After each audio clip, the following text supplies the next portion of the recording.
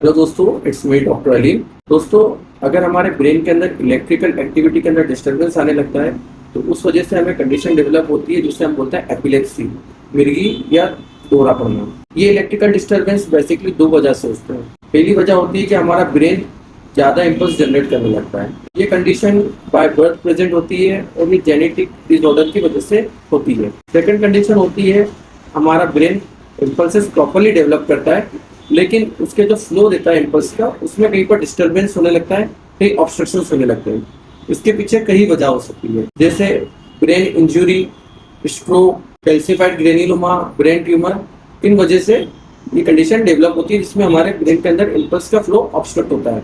इस कंडीशन में हम देखते हैं कि हमारे ब्रेन के किसी पार्ट में ज़्यादा इम्पल्स फ्लो होते हैं, किसी पार्ट में कम इम्पल्स फ्लो होते हैं। जब हमारे ब्रेन में ज़्यादा इम्पल्स फ्लो होने लगेंगे तो हमें कन्वर्सिव एपिलेप्सी होती है, और अगर इम्पल्स का फ्लो कम हो जाता है तो हमें फोकल एपिलेप्सी होती है जिसमें हमारी बॉडी सुन्न पड़ जाती है।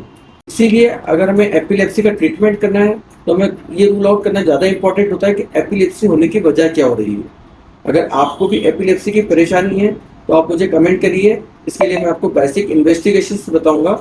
वो इन्वेस्टिगेशंस आप मुझ तक लेके आ सकते हैं for the further treatment. Thank you very much.